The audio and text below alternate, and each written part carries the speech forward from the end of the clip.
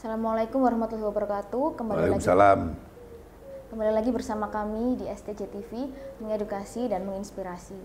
Hari ini kami akan berdiskusi mengenai nyeri kolik bersama saya Nur Rahmawati Molda dan ahlinya Prof. Dr. Sutoyo, spesialis urologi konsultan. Selamat pagi, Prof. Pagi.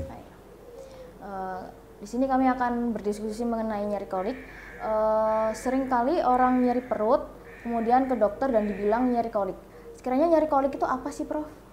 Ya, jadi nyeri kolik itu adalah nyeri yang terjadi pada organ berungga. Organ berungga itu kan banyak, bisa usus, bisa saluran kencing namanya ureter, ya, bisa juga di ginjal, bisa juga di ductus coedochus, jadi daerah usus, ada usus, bisa juga di ductus coedochus, saluran empedu itu juga bisa, ya. Jadi itu, dan nyerinya biasanya itu sangat nyeri dan biasanya hilang timbul, nyeri hilang timbul. Jadi nyeri sekali dan hilang timbul. Karena apa hilang timbul? Karena itu ada gerakan namanya gerakan peristatik, ya. Peristatik itu gerakan yang sifatnya itu intermittent, hilang timbul, jadi gerak di situ.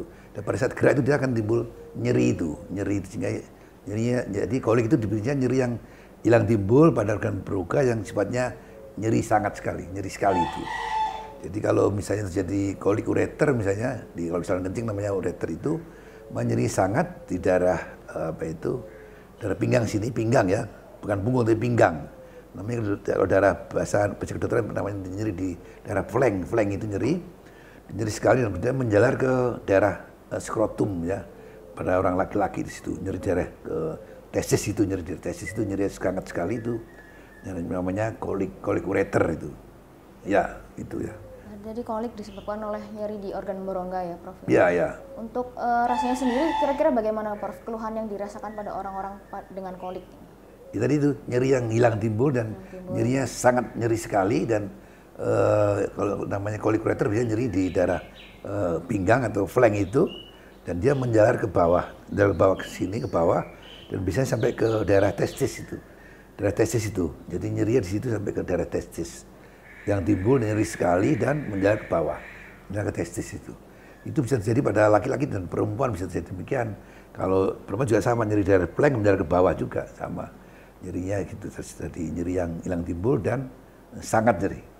Ya, di perut kan banyak organ berongga, ya, Prof, ya. Ya. Untuk menentukan sumber nyeri koliknya ini dari organ yang mana itu bagaimana, Prof? Nah, itu tentunya harus dilakukan pemeriksaan, ya, tidak bisa dengan cerita, tidak bisa begitu. Jadi ada orang cerita, saya nyeri kolik. Nah, kolik karena apa kan nggak tahu. Jadi harus dilakukan pemeriksaan. Misalnya pertama tentunya pemeriksaan fisik, ya, dilihat oleh dokter fisiknya, dilihat sama dokternya, diperiksa fisiknya, ya. Jadi mulai dari dilihat orangnya kesakitan apa tidak, kemudian tentunya dilihat pinggangnya itu, kemudian dilakukan penekanan, kemudian juga diketok-ketok gitu, ya, nyeri apa tidak, ya, itu kalau memang ada itu berarti memang ada nyeri, masih dia diketok sakit sekali, diketoknya sakit, ya. Kemudian juga diteruskan dengan laboratorium, ya, kalau misalnya ada batu kan misalnya ada urinnya, ada darah, ya, urin lengkap itu, urin ada darah namanya eritrosit, itu harus ada eritrosit yang meningkat di situ. Kemudian setelah itu kemudian kita foto-foto yang lab yang lain juga mungkin perlu dilihat fungsi ginjal dan sebagainya. Nah, setelah itu kemudian dilakukan foto imaging, ya, imaging foto itu bisa dengan USG, dengan IVP, bisa dengan CT sonografi, ya, dan sebagainya, itu bisa. Setelah itu kemudian ketahuan diagnosanya ini ternyata penyebab daripada kolik adalah batu, misalnya batu di ureter misalnya begitu, atau mungkin ada sumbatan di ureternya itu, ada sumbatan, ya, belum tentu batu memang sumbatannya itu, ya, apa penyempitan saja juga bisa. Jadi tidak selalu itu yang menyumbat batu, belum tentu. Yang jelas kalau ada sumbatan atau penyempitan itu pasti dia nyeri sekali, nyeri kolik tadi itu. Jadi diagnosa dengan tadi itu, untuk mendiagnosa dengan tadi itu, pemeriksaan fisiknya dilihat, ya, dikerjakan fisik, kemudian dilakukan diketok ini pinggangnya dan sebagainya, diketoki gitu, dan juga laboratorium dan imaging.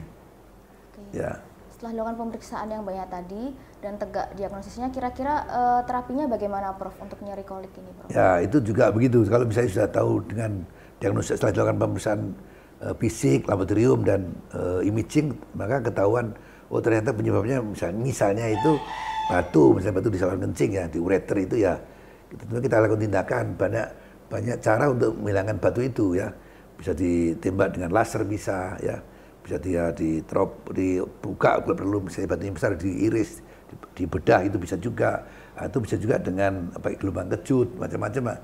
Caranya itu ya bisa laparoskopi sebagai cara menghilangkan batu itu. Atau misalnya kalau ada penyempitan ya demikian, kalau karena ternyata bukan batu, misalnya karena penyempitan ya. Caranya juga banyak juga, bisa dilakukan pelebaran ya. Pelebaran bisa dilakukan terbuka atau di open atau dibuka dengan alat gitu. Artinya itu pasti ada dilakukan tindakan ya.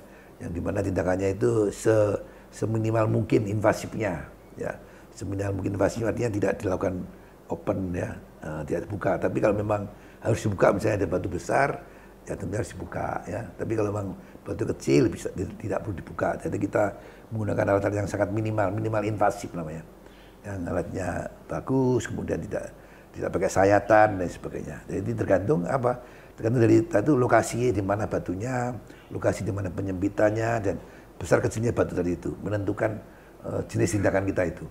Ya, itu. Kalau jika koliknya tidak diterapi, kira-kira bagaimana Pak? Nah, kalau misalnya ternyata ada batu ureter atau penyempitan di ureter, maka membuat ginjalnya bengkak dan tentunya bisa, kalau dibiarkan terus-menerus bisa terjadi infeksi, bisa jadi gagal ginjal dan sebagainya. Kalau gagal ginjal itu kan berarti kan kalau sudah gagal ginjal berarti merusak semuanya. Jadi orangnya bisa sakit ya. Oleh karena itu kalau ada batu ya, atau batu ataupun penyempitan ya, tetap harus dilakukan tindakan nanti sampai tuntas. Tidak bisa dibiarkan begitu. Jadi tidak bisa hanya diberi obat anti sakit, ya. Tidak bisa begitu, tidak bisa. Tidak harus dilakukan tindakan ya. Dan tindakan macam-macam tadi itu. Tindakannya bisa obat-obatan, bisa dilakukan operasi yang terbuka maupun operasi yang minimal invasif. Pokoknya ini harus sampai selesai. Tidak bisa dibiarkan gitu. Jadi nyeri kolik itu dari hulu organ berongga ya Prof? Ya, ya. Terus sumbernya itu harus pastikan dengan detail melalui lab-lab tadi dan foto-foto. Ya. Jadi nyeri kolik itu bukan nyeri perut biasa ya. Perlu diperiksakan ke dokter untuk tata laksana lebih lanjut. Terima kasih Prof untuk diskusi hari ini. Ya, terima kasih. Sangat bermanfaat sekali. Mudah-mudahan bermanfaat untuk masyarakat yang sedang sakit tadi itu ya. Mudah-mudahan. Ya. Jangan diremehkan ya teman-teman. Jangan lupa untuk menonton video STJ TV yang lain. Sekian dari kami. Wassalamualaikum warahmatullahi wabarakatuh. STJ TV mengedukasi dan menginspirasi. Waalaikumsalam warahmatullahi wabarakatuh.